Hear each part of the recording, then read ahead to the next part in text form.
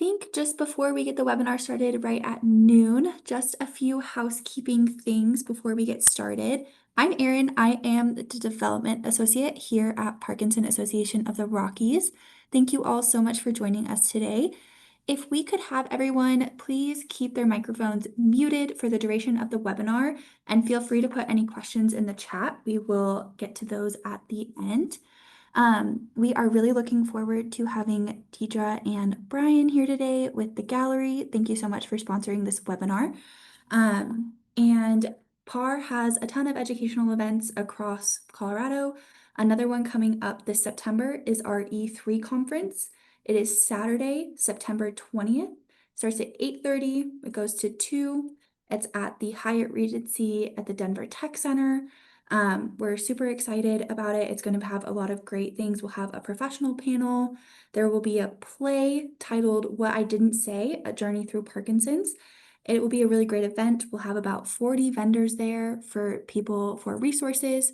So please feel free to note it in your diary, and we would love to have you there.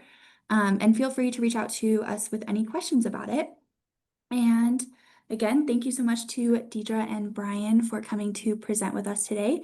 Deidre Moats is the Executive Director of the Gallery, and Brian is the Director of Sales. We are really looking forward to learning about their webinar. And thank you so much for being here. I will let you all take it away. Thank you. Thank you, Erin. Welcome, everybody. Thank you for joining us today. The topic of our presentation is senior living decisions and what every family needs to know. What Brian and I hope to accomplish during this presentation for you is to point out some interesting facts, including what does senior living look like? What types of senior living communities are there, and what are the differences, including care level, cost, location, and things such as financial and legal considerations. So we hoped that we designed this presentation for any type of person, whether you're a caregiver of someone who needs senior living, a professional, whether it's senior living industry or not, or just anyone who is beginning their journey of senior living research. So if you're planning for yourself or another person, we hope to provide clarity and confidence that you will need to make informed decisions regarding senior living. As Erin mentioned, my name is Deidre Moats. I'm the Executive Director of the Gallery at Fort Collins. And this is my partner, Brian Sanchez. He's the Director of Sales and Marketing at the Gallery at Fort Collins. The gallery is part of a senior living community, or a senior living company called Experience Senior Living, and we're based out of Denver, Colorado. So going forward, I will let Brian talk to you about what is senior living. Hi, everyone. Thank you for having us. Again, I'm Brian. I'm the Director of Sales with the Gallery at Fort Collins. So we'll just give a brief overview with our first initial slides and then go a bit deeper into what senior living is, in-home healthcare, and those different options for you guys. So independent living is one of the main components that folks think about when they hear senior living. Assisted living, basically that's independent living with amenities and care, with the care component added to it. Memory care, that's services for anyone that has cognitive decline, but what determines if someone's appropriate for memory care, it's a case-by-case situation. So though someone may have some cognitive decline, doesn't always mean they're appropriate for memory care. So at least with our community, we go through a lot of steps to ensure they are a good fit for that. And skilled nursing, that's also another component of senior living that a lot of folks think about when they hear senior living. That's more skilled nursing. That's usually a shorter stay. So the goal with skilled nursing is not necessarily a long-term stay. In some cases it can be, but the goal with that is that clinical care, those injections, transfers, anything that assisted living can't accommodate, and it's a higher level of care, that's what skilled nursing accommodates. Yeah, typically, I'll just add to that. Typically, folks where your physician says that you need 24-hour nursing care, that's where skilled nursing comes in. Some senior livings, whether they're assisted or memory care, will accommodate a two-person transfer, but only with certain caveats involved. So it's important to find out from whatever senior living company or community that you're interested in if they can accommodate an injection or a two-person transfer. But Most don't. It's just the important caveat is to know that skilled nursing is required by your physician, saying that you need a nurse on duty to monitor you 24 hours a day. Whereas memory care and assisted living are more care-based, not nursing-based. In-home care is also an option for senior living. So folks oftentimes would like to bring the care into their home instead of living in a senior living congregate community type setting. There are different types of in-home care that people can access. There are professional companies that are called home health care. There's many of them throughout the state. These are non-medical professionals that will come to your home and provide support, typically with what we call ADLs or activities of daily living. So help with cooking, cleaning, maybe taking a shower, changing your clothes, things like that, and just more like companion type care, but it is non-medical. There's also hospice. Folks will, if they qualify and their physician agrees, they can get in-home care utilizing hospice services. That is more clinical based. And I'm not a hospice expert by any means, but just broadly speaking on hospice, it's not the hospice that you may remember from decades ago. So it doesn't necessarily mean that a person is 30 days of end of life. There's a lot that can be done with hospice, whether it's in your home or in a community setting. And then family members. Sometimes folks will utilize friends and family members to provide in-home care or move in with their family and friends to provide in-home care.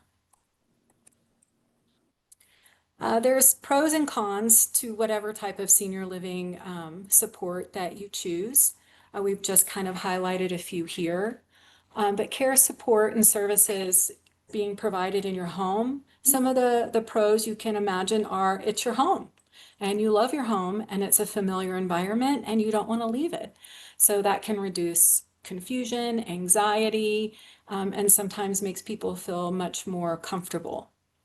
Real quick, Personalized Deidre. care. Deidre, do you mind setting yourself on the screen? Some people are wanting to see you speak. You're I in the don't. very lower corner on your screen. I don't know if that's possible or not. So how do I do that? Uh, that's a little better than you were before. Okay. Usually if Sorry. I'm talking, I'm the one highlighted. That's Yeah. interesting. Yeah, Okay. no, you're Turn your good. Is that monitor okay? down. Yeah, or just maybe move your monitor down, but you're still in the lower corner. Move your monitor down. My There you monitor go. down. Yeah. Okay. Yeah, That yeah, better? Oh, okay. that's better. Yeah. Uh, Thank you. Sorry. Okay, good. Sure, no problem. So being a pro to bringing home in-home care is it's personalized. You get the one-on-one attention for the entire time that either it's a hospice or home health or a family or friend is providing. It's total one-on-one care. It's also a little bit more flexible with scheduling, so you can determine what hours you want them to come based on your availability. It also provides greater independence, as you can imagine, living in your own home. And then sometimes it really depends on family proximity. Folks really would prefer that in-home care and support from their family because that means that they will have more family involvement. Of course, everyone's family dynamic is different. So that is just why we call that an individualized choice there. Oh, excuse me. See? Some cons to in-home care is limited social interaction. When you feel comfortable and safe in your apartment, in your home, in your condo, but when you only see people when they come to care for you, that can sometimes lead to isolation and feelings of loneliness. And a lack of engagement and social interaction is usually what drives people to look for senior living that is not in their home. And Brian will get into that a little bit later as we progress through our talk. Home modifications may be needed if you're going to stay in your home, so grab bars, ramps, even lifts. So sometimes that can be costly. and overwhelming to people, but there are services out there that can help fund that and install that. So if that is something that is important to you and an avenue that you would like to pursue, I would encourage you to reach out to your home health company, whether it's non-medical or hospice, and they can guide you to folks that provide that type of service. Caregiver reliability is a major consideration for in-home care. We see this a lot with folks who choose to live with us in a senior living community, is that although they have hired a particular company or a family member or friend to provide care and support in-home, oftentimes that reliability declines with the weather, with personal interference. Let's say the caregiver gets sick or can't find a babysitter, or it snows and then they can't come to provide care to you in your home. Well, when you live in a senior living community, we're there 24 hours a day, 7 days a week. We sleep at the community when there's bad weather. We staff it to replace folks when they call in or have a family emergency. But sometimes with the in-home care support, you're not afforded that flexibility and that reliability. Believe it or not, it is a higher cost, particularly if you're wanting 24/7 care. So in-home care, whether it's through home health or hospice, doesn't provide 24-hour care and support unless you're paying for it hourly. So that can become very expensive. And Brian will get into that in a little bit more detail as we move along. And then family involvement is often required. So depending on what your family support is how many folks you have that surround you and support you within your family or friend and your network, oftentimes a lot of involvement is required because they will pick up the pieces when caregiver reliability declines or when cost is prohibitive. I'll let Brian take you from here with senior living pros and cons. Yes, thank you, Deidre. So as Deidre mentioned, the in-home healthcare cost and the benefits, the pros and cons to that, will reflect on senior living pros and cons. There's no perfect model really. It's again, it kind of just depends on what you've done your research on, what in-home healthcare you've done research on, and what senior livings you've done research on. So assisted living definition, residential facility offering housing, meals, personal care, and limited medical support. So that's the umbrella term for assisted living. As we talked about initially, there's independent living, assisted living, and memory care. So this is getting more into the care component side of it when you're adding care to something like independent living. So the pros, um, usually everything that you're experiencing and all the benefits you receive are built into the community. So you have the social opportunities, you have events and activities, you have meals and transportation. So there is just a lot more that you're receiving from a community usually. You also have the opportunity for 24/7 staff availability, meaning if you're in your apartment and it's late at night and you need something last minute, or maybe there's, God forbid, an emergency, you do have that care on site within the community. Um, there's no home maintenance, so that is one of the top drivers why folks do seek senior living. No home maintenance, no cooking. That's one of the top three reasons I usually hear when we're doing tours why folks start their research process. Um, I mean, I must admit personally, I would love that, but it's not for everyone. So that's why you have to do your research for on both angles of that. Structured environment, routines, meals, events, and activities. Basically, everything that you can have in your day-to-day life at home. A community, the right community, duplicates that and kind of enhances that, right? It's about enhancing your day-to-day life, enhancing your quality of life, essentially, and all-in-one services. So everything, again, like I mentioned, you have everything under one community, everything within um, one place, essentially. So it streamlines your life. That is the goal, is to give you that simplicity and that independence back. If you do seek the right community, it should be about giving you that independence back. But again, on the flip side, it has to feel right to you.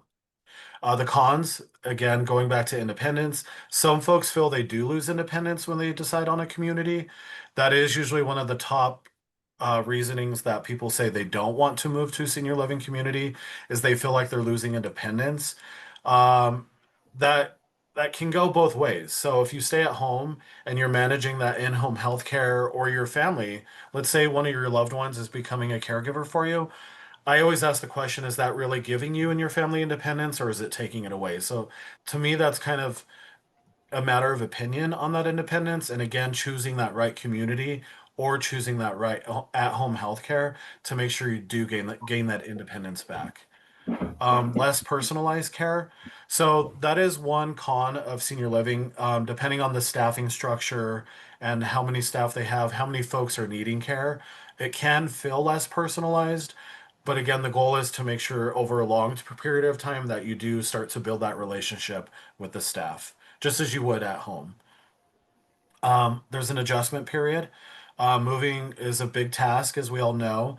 A lot of research shows that moving to senior living or getting in-home healthcare, in terms of the gravity of that decision, it's in the top three in research of buying your first home and getting married.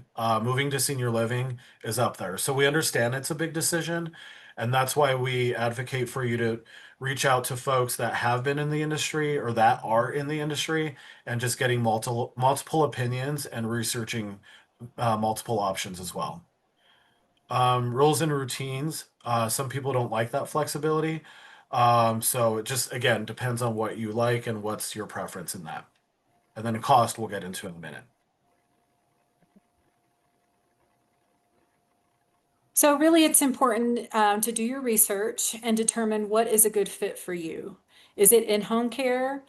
Typically, that's folks with that non-medical home health, folks with mild care needs, those who staying at home is important to them. They don't care about the daily upkeep. They just want to stay in their home for whatever reason. And it doesn't matter what that reason is, but that's just what you want.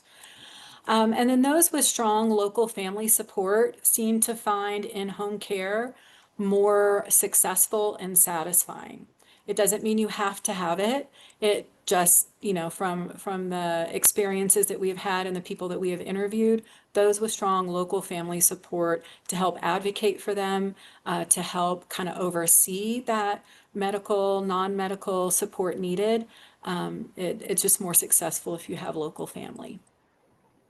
And then assisted living. So folks that find assisted living a good fit are those who need help with multiple daily activities, not just maybe taking a shower. Those who don't want to be isolated or feel isolated at home and want more of a social engagement, an environment with not having to do much of the work. I mean, part of living in assisted living or independent living is that part of what you're paying for is, a social coordinator, so to speak.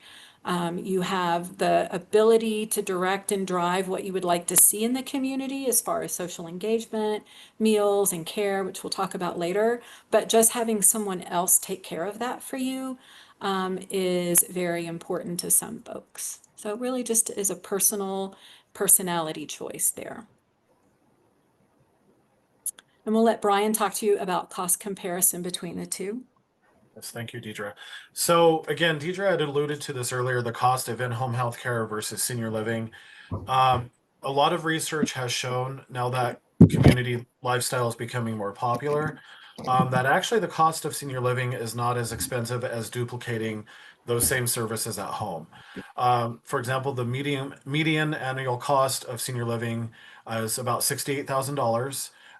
Whereas if you did the cost of a community, you're looking at about 72,000 or up to 80,000 if you're doing licensed in-home healthcare.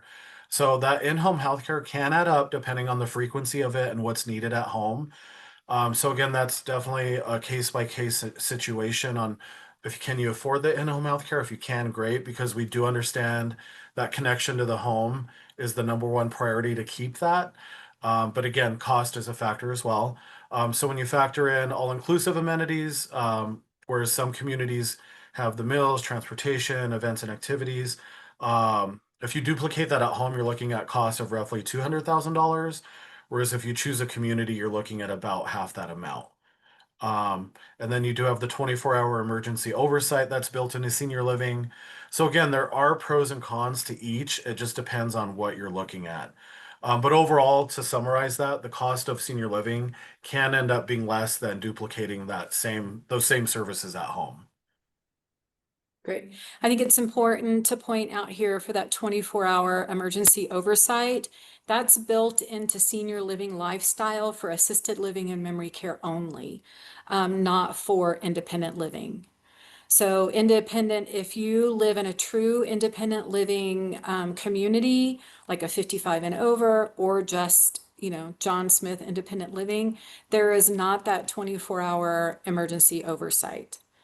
Some communities, such as the gallery, have built in where the entire building is licensed. So it's important to ask when you're doing your cost comparison and research whether you're choosing a true IL or a hybrid model, which what we call a hybrid model. So does it give you that 24-hour emergency oversight?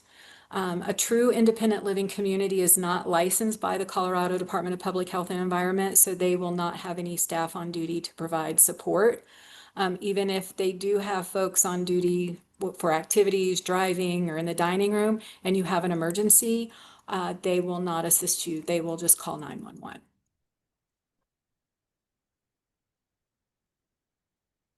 Okay. So how to pay for senior living. There are a lot of options on how folks cover the cost of it. Private pay options, which is the gallery model where we're at. Private pay, that's usually sale of a home, sale of assets, things like that. You have Medicaid versus Medicare options. Deidre, did you want to expand on that a little bit? I know you have a lot of experience with that. Sure, sure. There are senior living communities, assisted living and memory care, skilled nursing that accept Medicaid. Unfortunately, the reimbursement rate is kind of low, as you can imagine. So it's important to know if the community that you're researching or that you're liking does accept Medicaid. Many of them do require what we call a spin down. So they'll want you to privately pay sometimes for up to 2 years until you spend down your assets and then apply for Medicaid. And oftentimes, once you spend down your assets and then you transition to Medicaid funding, it will often require you to change apartments. It's important to note that Medicare does not pay for senior living. They do not pay for memory care or for assisted living, and definitely not for independent living. Sometimes Medicare will pay for skilled nursing, definitely pays for rehab. Rehab is a short-term situation, but it's important to know what your coverage is and availability is in the senior living community that you're researching. Yep. And then you have spend down community options. That's when you do seek a community and then you start to run out of funds. Let's say you do choose the community of your desire, something you feel that you deserve, and that's a good fit for you. When you start running out of funds, there are options for communities that are more affordable in that Medicaid realm. Long-term care insurance, we do see that at about, I would say, 30 to 40% of our prospects and residents. Long-term care insurance is a private pay option, basically, where you've purchased it years ago and you're paying into that, just like any insurance policy, you pay into it. And then when it's time to utilize that policy, there's a payout for it. And that covers the cost of the rent in most assisted living and memory care options. And then there are veteran assistance programs. That is a third party service that is offered through the VA. And they do provide funding based on time of service and different variables in that. Senior living continuum care, retirement community versus rental community. So this is a buy-in versus a rental structure to simplify it. So a rental community is our structure. It's most common in Colorado. Rental communities are more common kind of in the Midwest and Colorado to California. Usually on the East Coast, you do see more of the buy-in community structure. So a rental community is um, basically you pay your monthly rent on that apartment. Let's say that apartment's 6,500. It's all inclusive. You just pay that. There's no buy-in to that. So you're not purchasing that apartment. You're just doing your month-to-month lease on that. So it's a lot more financial flexibility and not a lot of cost up front. Whereas a CCRC on the bottom section there, that is a buy-in. So you are purchasing basically a piece of real estate with that company, and there are certain parameters. They do reimburse you certain amounts as time goes on, but the longer you're with that community, the less amount you can obtain back. Um, the main benefit of a buy-in is you do have the guaranteed continuum of care of skilled nursing that we mentioned. The only drawback I tell folks when I do get asked this question is, what would I do for my loved one or myself? I mean, it kind of just depends on what you're looking for, to be honest with you. But in terms of having that skilled nursing built in as a guarantee, anyone at any community has accessibility to skilled nursing or rehab. So you can access that anywhere really. So that's what I tell people. It kind of just depends on what experience you want with that community. Otherwise, your buy-in is a large amount upfront in cost, essentially. No matter what your choice is, advocacy is the key here. You can pick any type of senior living community that you want, any company that you want, any home health, any hospice company that you want, but what you want is what's important. And we only know what you want when you tell us. So as a service provider in the healthcare industry, we really look to the person who's receiving the service, no matter what that service is, to help us direct it for you. So find a trusted professional within that organization that you feel comfortable talking to, whether it is the clinical director, the nurse, the caregiver, the executive director. We're all here to support you on your journey. Seniors are a protected class. We are all mandatory reporters, and we are all licensed through the Colorado Department of Public Health and Environment, whether it's hospice, home health, or assisted living, memory care. We're all licensed and we're all obligated. And we're also we're here in this industry because we're called to it and we want to be in it and we want to serve our seniors and we want to help advocate for you and give you what it is you want in your future. So know what your rights are. If no matter who you receive services from, they should provide you with the list of what your rights are as a person receiving services from them. So keep those handy and review them and know what they are. Participate in your care planning. Patient-directed care planning is paramount. You need to speak up for yourself. If you're receiving care that you don't agree with, that you don't like, or you're not receiving a component of care that you want, please speak up and be clear about that. Let us know what your preferences are. Every service provider is open to feedback, right? We may be in the healthcare industry, but really we're in the people industry. We're providing a service and we want you to be happy, and we don't know if you're not happy if you don't tell us. So I always tell my folks, get involved and stay informed. And if you don't know how, ask me and we'll help you. We'll direct you. There should be at least one point of contact that you feel comfortable with of asking those tough questions and asking for guidance. And if there's not, call me and I'll tell you who you can reach out to. Oftentimes, the ombudsman is a good resource if you live in a licensed community, such as an assisted living or memory care or a CCRC. There is an ombudsman assigned to that building, and their job is to be an advocate and a liaison between the person receiving services and the community. Oftentimes in a senior living community, we have monthly meetings with the resident council and we invite the ombudsman. The ombudsman can also come to the community unannounced, not tell us who they're visiting, and go and talk to folks receiving services to make sure that they feel comfortable, that they are advocating for themselves and they're being heard. Also, CDPHE, the Colorado Department of Public Health and Environment, is a good resource to turn to if you need help and support. They're the ones that give license to senior living communities, including home health and hospice agencies. You can file a complaint with them. You can go online and research communities, see what their history is with annual inspections or 3-year inspections or complaint investigations. And then you can also find a surveyor to help guide you through filing a complaint with the health department if you feel like the administrator at the community or the staff at the community or the home health company that's coming to your home aren't providing a good service and they're not listening to you.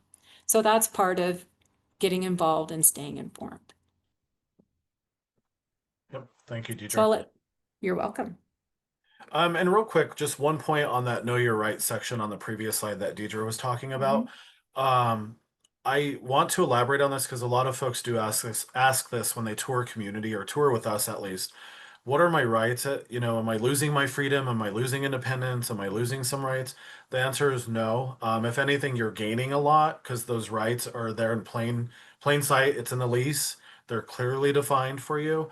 So in my opinion, there's just more definitions of what your rights are. So the answer to that is no. I don't feel like you're losing your rights or freedom or independence on that. Um, Next Yeah, slide. if anything, they're highlighted, as I mentioned, Yep. because we're a licensed building and we're mandatory reporters. And like Brian said, those rights are posted right there on the wall. I think they have to be posted in 3 clear to see locations for families, visitors, and people living there. And because we are licensed in a building where other people live, it is definitely highlighted that you're accessing your rights and you know what they are. So how to choose the right senior living community. So we're doing this build up, right? That background, and now it's like, well, what do I do with some of this information? Again, Deidre said there's a lot of resources out there. This slide is talking more about the budgeting, the location, those basics that can really define whether or not you will love that community or you won't.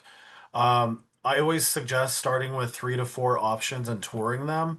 And the same goes within home healthcare, right? Interviewing a few options and going with what feels right to you. I say, and this may sound silly, but it's like dating. You know within 2 minutes if it's going to work or not.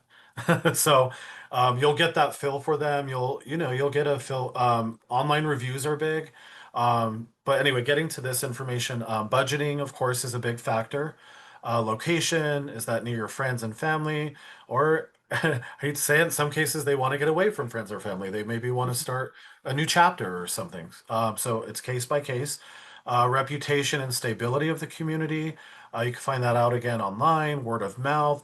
I always suggest speaking with the residents. That is going to be your number one resource for getting honest feedback on what that person's perception of that community is and their experience. Deidre and I, we do give honest feedback. We're very candid. If there's something not right in our community, we'll tell you that. But again, we don't live at the community, right? So we do want you to get that straight from the person that lives there. State licensing inspections, that's also public information.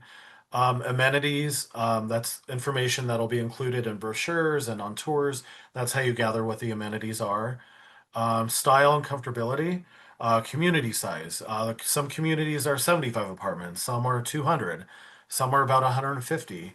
It just kind of depends on what size range you're looking for. All of them do give a unique feel, so it kind of just depends on what your style is.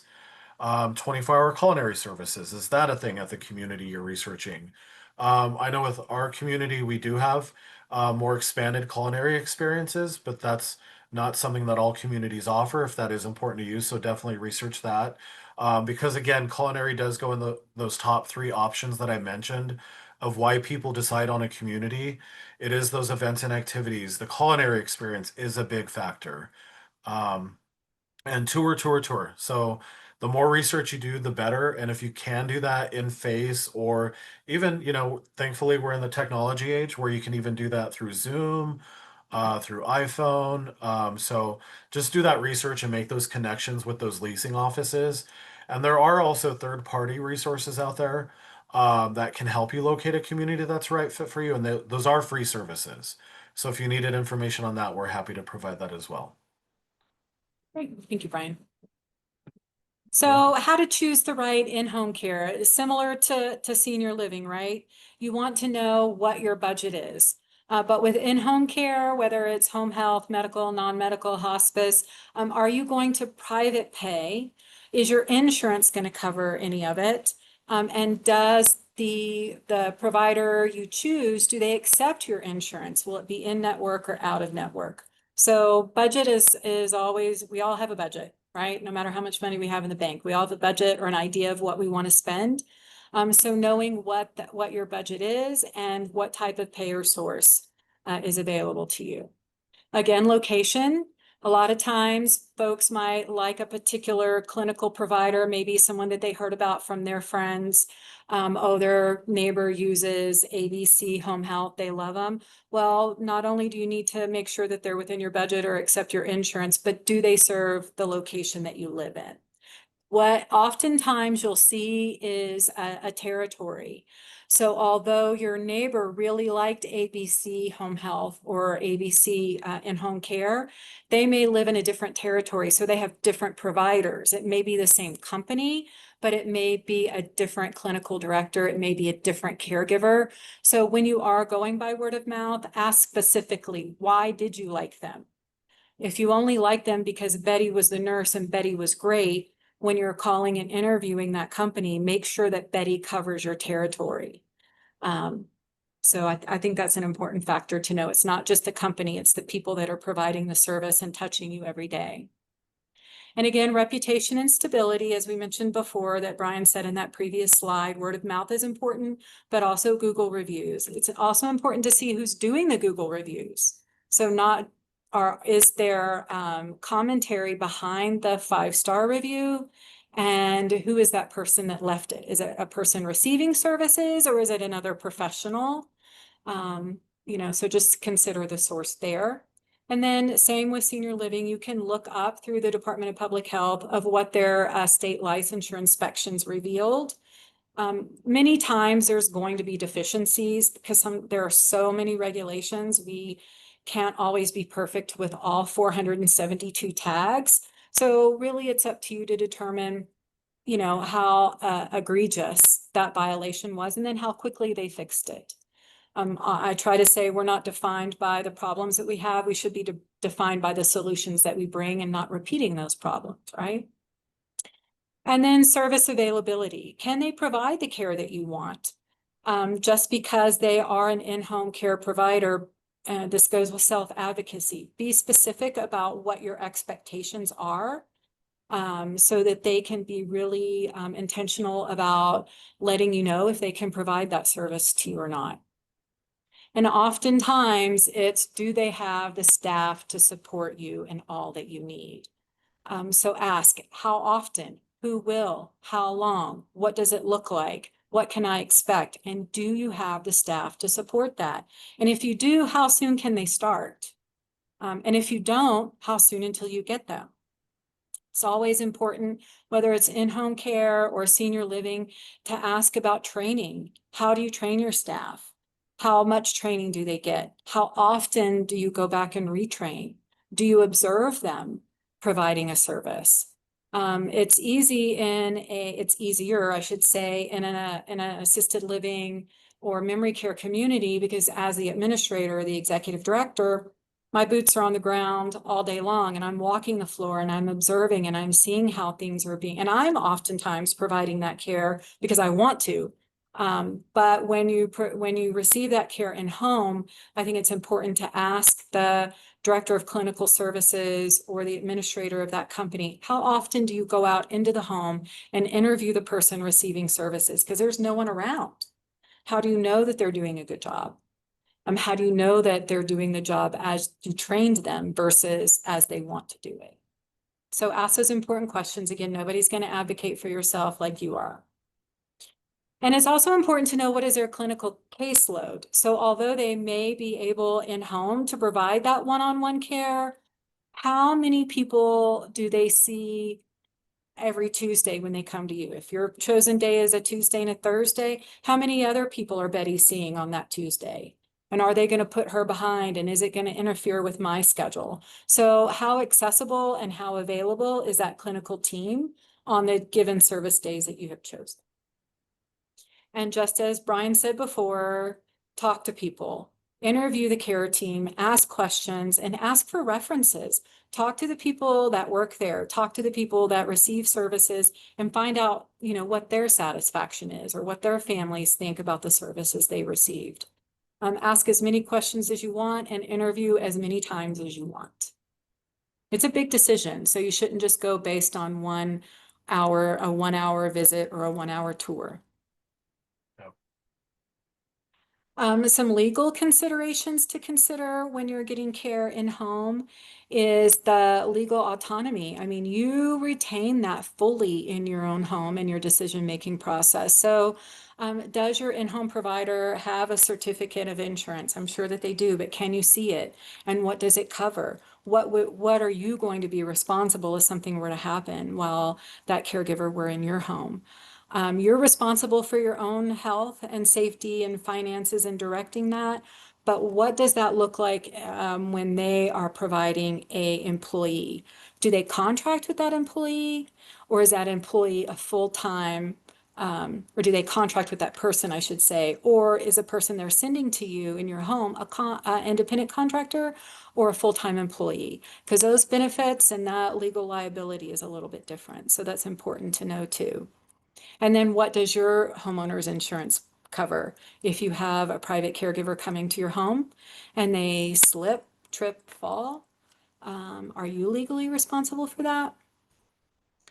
And home modifications. When you move into a senior living community, all the home modifications are already there. But if you're doing modifications to your home, again, what is that going to cost? Who's going to do it? Do you have to have a permit? Where will your HOA allow for it if you live in that type of environment? And what are the local building codes? Does your contractor know them? And are you making sure that they're following them? Number 4 is risk of neglect or isolation. So living at home oftentimes can increase your risk for isolation. I think we've talked about that before. And elder neglect, especially if you're having a caregiver that's not supervised or an unlicensed medical professional. So CNAs come along with some home health, not the in-home care, the non-medical, but the medical. You might receive a CNA support, RN, LPN support. Are their licenses up to date? Can you see it? Oftentimes, 99.9% of the time, everyone's license is up to date. But let's make sure if they're coming into your home and providing a service and something might happen, ask to make sure that their license is up to date. Both CNAs and on up will have that. Caregivers are not licensed. The state oversight for non-licensed caregivers goes through DORA, and it's like a misconduct registry. So you can ask, have you done the check on your caregiver through DORA, or have the misconduct registry, and are they clear? Those are important questions to ask too. And the surveyors with the health department will review that when they review the employment records. But again, if they're only being surveyed every 3 years, someone could fall through the cracks there. So if they're coming to you, self-advocate and make sure all those checks and balances have been looked at. And then self-neglect can also lead to intervention by adult protective services. That's a legal consideration with in-home care. Sometimes people live at home and they are recommended to have services through their home health company, including just medication, taking your medications properly, making sure that you have good hygiene often and properly. And sometimes folks get depressed living alone, or their caregiver did not come, or their RN didn't come as scheduled. So then they're not reaching out and asking for help. And self-neglect is a real thing with seniors, especially when depression is involved. So when you live in a licensed building and you have that 24-hour oversight, we at least can lay eyes on you and touch you every day, whether that's seeing you in the hallway or having dinner with you in the dining room or going to your apartment for a cup of coffee. Those gentle reminders and check-ins that just come natural with living in a senior living community. You don't have that in home, so just be careful and make sure that you're taking care of yourself. Yes, thank you, Deidre. Those are great points. So on the alternative side, we'll look at legal considerations in senior living now to give some contrast. So senior living, again, highly regulated, similar to in-home healthcare. In some situations, a bit more because you do have a larger group of folks. So it must meet standards for staffing, safety, care, and resident rights, as we had mentioned. The resident agreement is basically your lease, your agreement between it's a two-sided agreement, right? Your agreement with the community and the community's agreement with you. So that everything is listed in there, cost, discharge charges, care services if they're being received. So just make sure that's read through thoroughly with you and the executive director or the business office manager or the leasing team, whomever goes through that with you. Most communities are very thorough with that. By the time you get to that point, most of those questions should have been answered. But if they're not, just make sure you do read that lease thoroughly. And ahead of time, ahead of signing a lease, there's always an option to receive it, just so you do see the language, the services, and you can become familiar with that. Even before you decide on the community, that should be something you can ask if you're in that stage of research. These agreements are legally binding, of course, so we definitely want to make sure that the community is following through on their end. So that's the great thing about senior living is there is that agreement, that promise to you as a resident of what those services are. And that includes the healthcare oversight. So that is obviously a big component of why some folks decide on a community if they're not doing independent living and it is more assisted living or memory care or skilled nursing, as we've talked about. And we are required by state law to follow those licensing guidelines and requirements. Residents do have the legal protection under state law, the right to dignity, privacy, and safety, grievance procedures, freedom from abuse and neglect. So there is a lot of protection for the resident within that lease. That is your binding agreement to have that protection and those rights. I think I'm done there, Deidre. Okay, great. So I think we only have a few more minutes. Is that right, Erin? What Yeah. time did you want us to end our presentation? Yeah, maybe about 5, 6 more minutes of presentation great. and some questions. Okay. Okay, Yeah. take it away, Brian. All right. So the evolution of senior living. So this is something for most tours, most conversations I have on the phone, there's that elephant in the room, right? Senior living has a stigma, let's be honest. And sometimes it's deserved and sometimes it's not. And I think the evolution of the industry, specifically with our parent company, Experience Senior Living based in Denver, and then the gallery model that we have, the goal, the whole concept of what we did was to redefine senior living. And a lot of, not a lot, but a decent amount of communities are coming a ways with what the industry used to be. So there's a lot of improvement, whether it's aesthetically, care-wise, culinary experiences. So there's a lot of improvement that's been made. Medical model versus person-centered, that's something you want to look at when you're researching your options. Is this something more clinical? Is it a little, does it have that skilled nursing feel, or does it feel like a nice hotel that you're staying at that you happen to live at as well? So definitely do those. You'll find that out in your research. There are definitely some contrasting models within that. Is it an institutional decor versus modern aesthetics and design? Cafeteria versus robust culinary options. So again, that's tying into what used to be the industry and what is the industry becoming, right? So is this something that feels warm and welcoming? Is it a place you want to live every day? And I always say, is this a place you want to survive or thrive, right? With us, the goal is to thrive and not just survive. And that comes into that whole picture of what does it look like? What is the cleanliness? Is the decor to my liking. So that's why I love what I do because when people see how far the industry has come, and it could kind of shift the thinking a little bit about the industry, because again, like I said, there is a stigma and that exists for a reason, but I think we're coming out of that now. Bingo versus experiences. Nothing against bingo. I love me a good game of bingo. Deidre and I play bingo, but we want folks to have a better experience than that. Are there deeper interests? Maybe some interests they had that they forgot about. That's what the unique thing about our community is. We can tailor that resident experience, and not that we're the only one, but there are communities that can tailor that resident experience and make it just a more robust experience for you. Visiting hours versus independence. So independent living, assisted living, memory care, again, you still have those same rights. So the goal is you should still feel independent. Of course, memory care is a different scenario, but for independent and assisted living, you should have those same rights. You should have that same independence. Again, if not more so, if you're in the right community, versus the visiting hour feel, right? We don't want folks to feel restricted, like they can't have guests. We want you to have friends and family to your apartment at the community. So get a feel for that when you're doing some research. And a move to a nursing home versus aging in place. Again, we want folks to feel like they can live and thrive in that community experience, and not have it feel so clinical like a nursing home.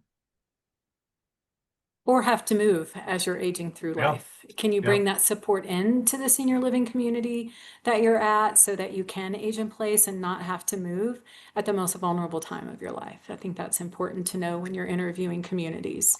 All right, I'm going to have to move through these slides a little bit faster, but this kind of talks about what Brian mentioned about clinical versus modern day, right? Your grandma's nursing home there on the left versus a senior living community there on the right that's about to open with the full kitchen and a balcony and beautiful decor and finishes versus that medical model. Yeah. So who are we? We are experienced senior living. As Brian mentioned before, we're trying to change the industry, not just for seniors, but for everyone, everyone that works in the industry. We feel like folks today want something different than their grandmother's clinical model. So here at Experience Senior Living, our mission is to build strong communities through music and giving back and community programs. We can only do that if you trust us. So we have to make sure that we are providing a service and a support to our residents and our families and to our team members. The building can be as beautiful as you want it to be, but really what's important are the people that work in there and how are they providing a good service to the people that live there. And we do that through building connection. At our company, Experience Senior Living, one of the ways that we do things differently is that we mentioned we're opening a new senior living community in Fort Collins. Well, we've been working there for a year and a half before the building opens. We're getting to know the community, the people that live there and work there, and not only future residents, but what support can we bring in, both for engagement and for medical models.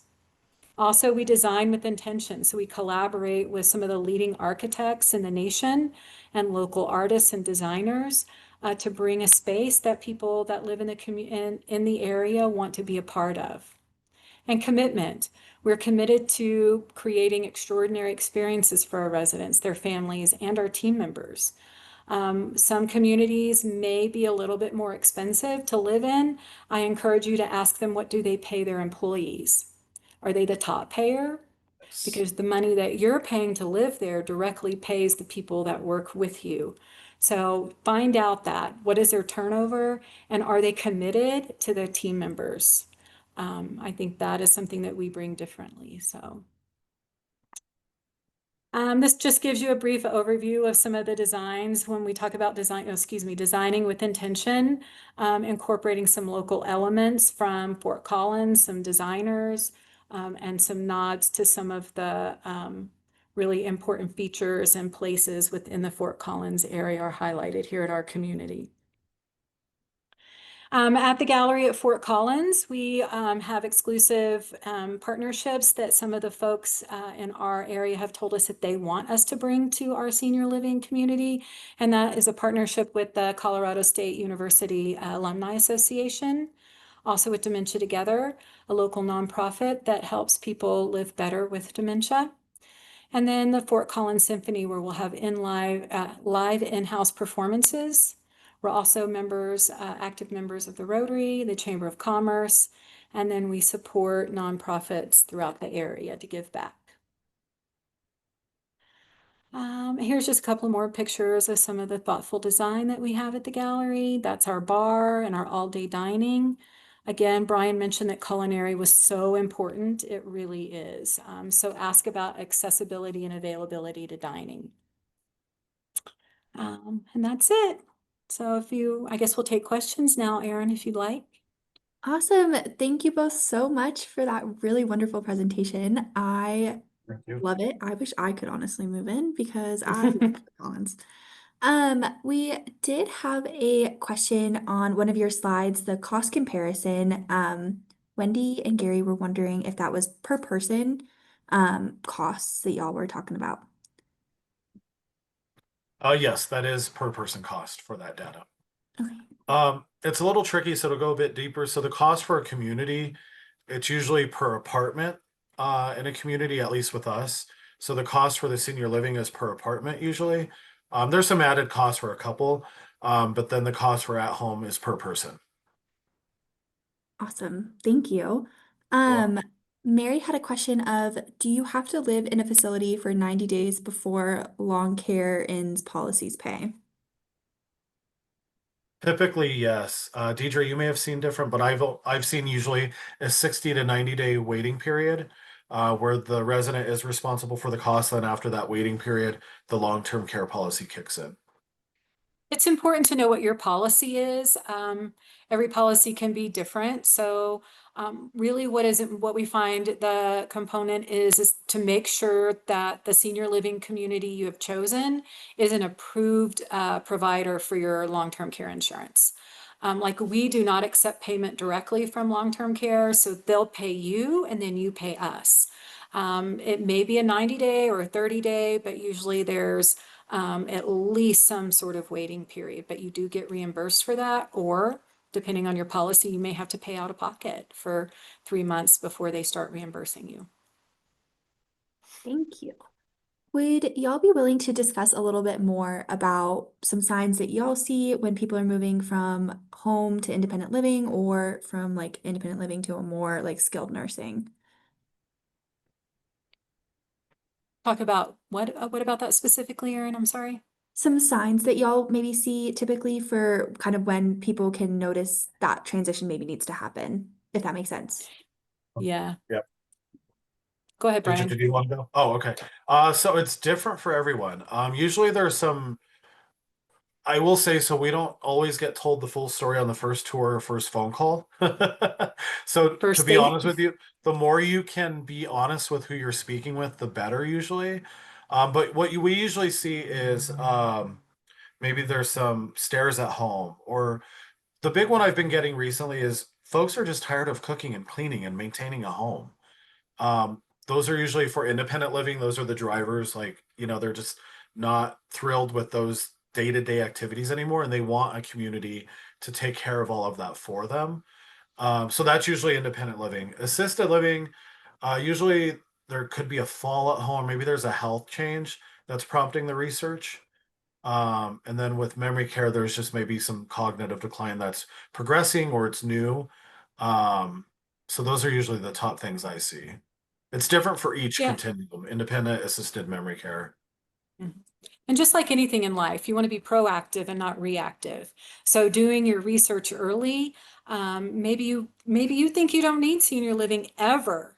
That's fine. Go out and find what's happening in your area, in the industry. So if ever you do, you can tell your family, if ever I want senior living, these are my top 3 choices today. This is what's important to me. This is what I'm looking for.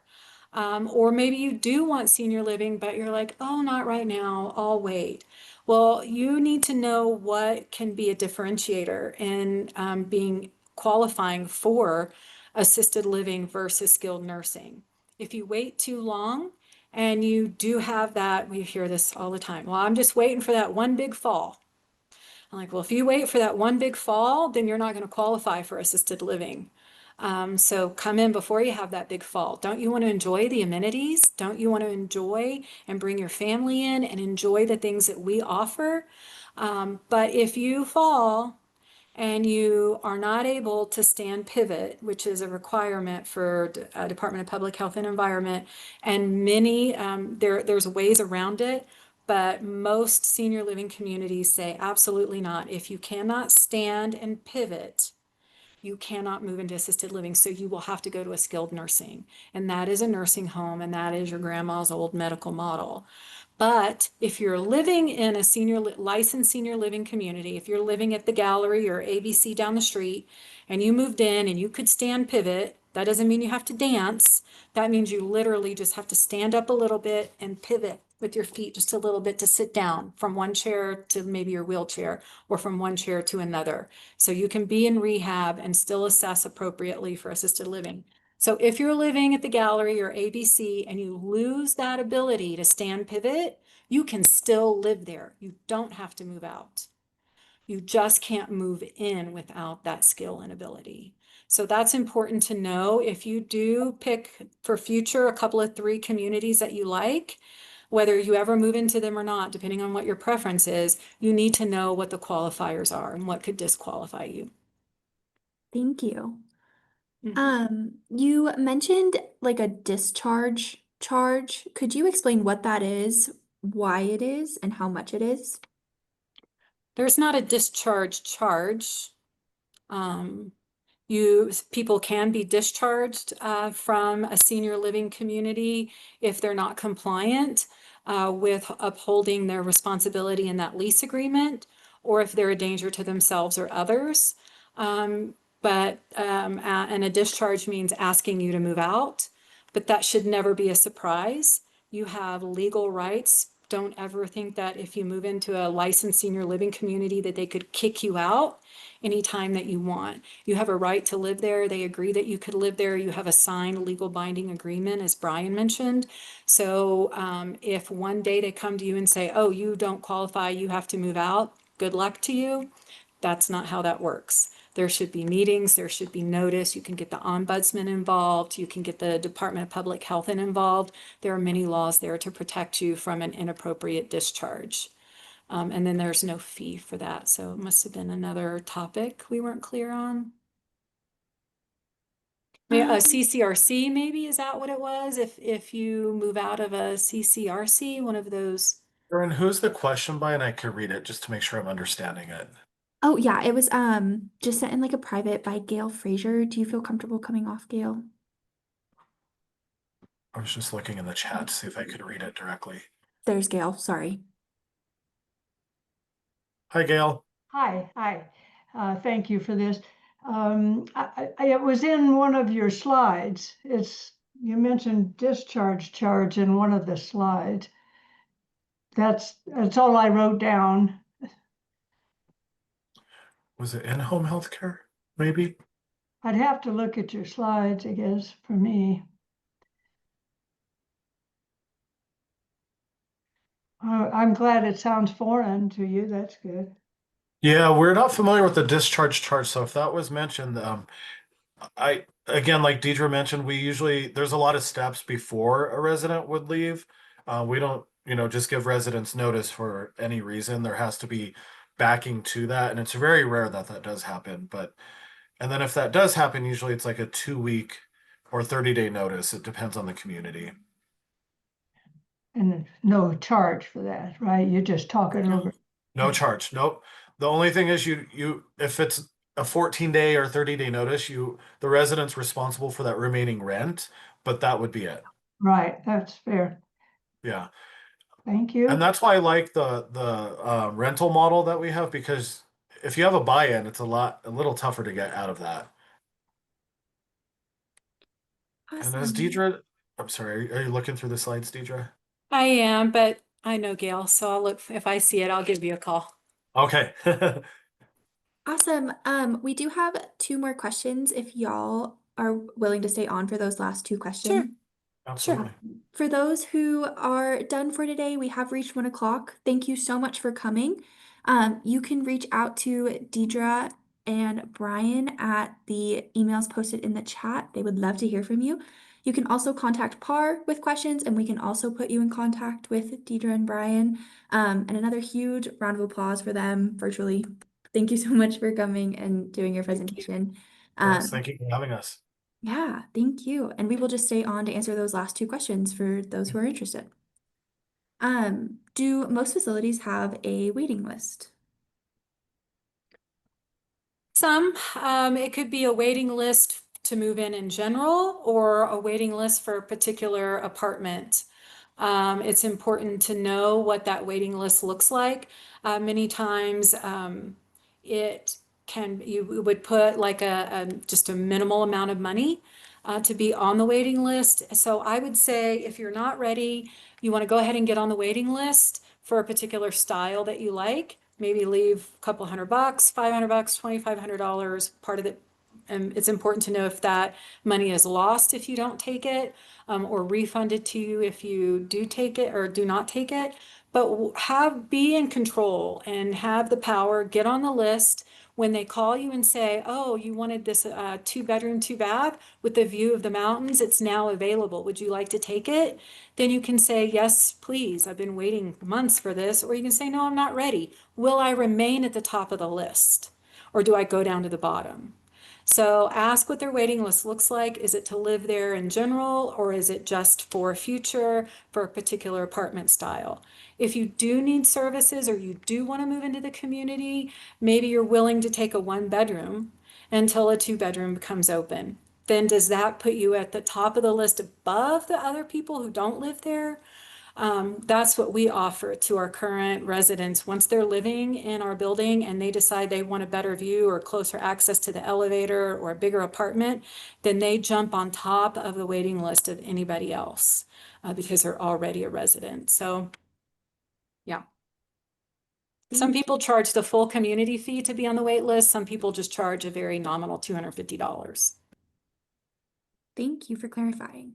If one person can ambulate easily, but their partner cannot, is assisted living still an option for them? Sure. Yep. Yep. Absolutely. Thank you. And then last question, if one is in memory care and one day they fall, will they need to get out or bring in private pay for a 24/7 caregiver? What does that look like? I should hope not. I mean, that's just not, conducive to, you don't want to pay a community all the money that you're paying them every month to live there and to receive care and to pay a private caregiver one-on-one. That should be a short-term solution. It should not be a long-term solution. So sometimes folks do fall and it does create an injury or a change in their baseline. So you might have to adjust your care plan. So you would want to talk to the health and wellness director and the executive director and ask them, what does this look like? How are we going to support myself or my spouse until I get back to baseline? Can you provide that in-house? Do I need to go to rehab and then come back? Or maybe the family chooses to provide on their own a little extra oversight with a private caregiver, then that's acceptable, but it shouldn't be long-term. It's just not sustainable. I mean, you pay just an exorbitant amount of money. I mean, those agencies are could be anywhere from $50 to $75 an hour on top of what you're paying an assisted living community. So if you're going to do that, it should be your choice, or it should be short term if the community recommends it. Absolutely. Awesome. That was all the questions we had. Thank you again so much Oh, I'm for your sorry, Aaron, feedback. really quick. I'm sorry, Yeah. guys. Oh, no. I did see a question in there that said, disappointed there was no discussion of when to move from your home to independent living in a senior living community. Did we answer that for, I see Carol, I don't want to give the full name.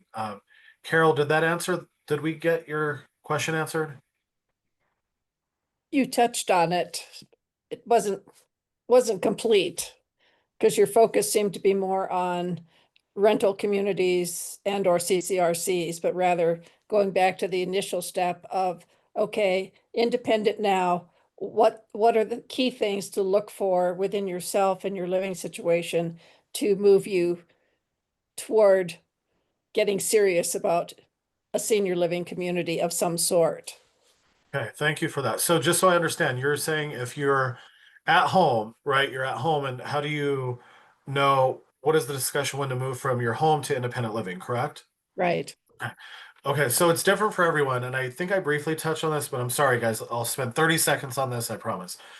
So it is different for everyone, and that's not a cop out. It really is, though. But for independent living, it's mostly they're tired of cooking. They don't want to maintain a home anymore.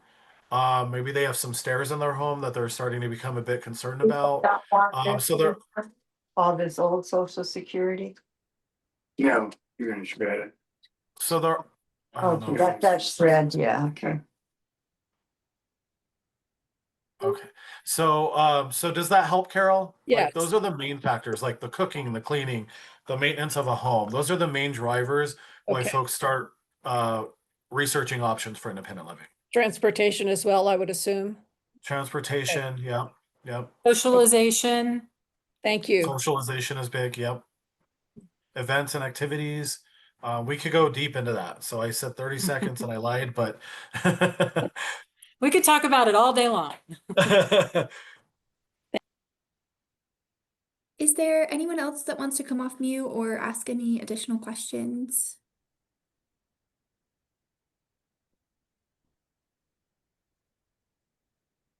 Okay, well, Deidre and Brian's contact information is in the chat. Again, feel free to reach out to PAR if you have any questions, and we can also put you in contact with them. And another huge thank you to Deidre and Brian for coming and chatting with us today. We really appreciate it and couldn't do this all without you, so we really appreciate it. Absolutely. Thank Thank you. you. Thank you, everyone. Yes, big round of applause. Thank you so much.